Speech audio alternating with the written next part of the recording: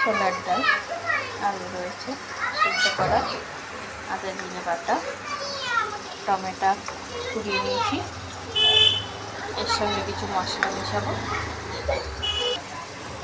ছোট ছোট পটল ভেজে নিচ্ছি, লাল লঙ্কার গুঁড়ো,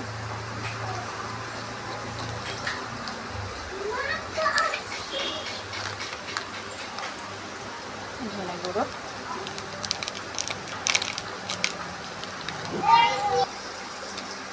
ম্যাগি মশলা দেবো, ধনের গুঁড়ো দেওয়া হয়ে গেছে,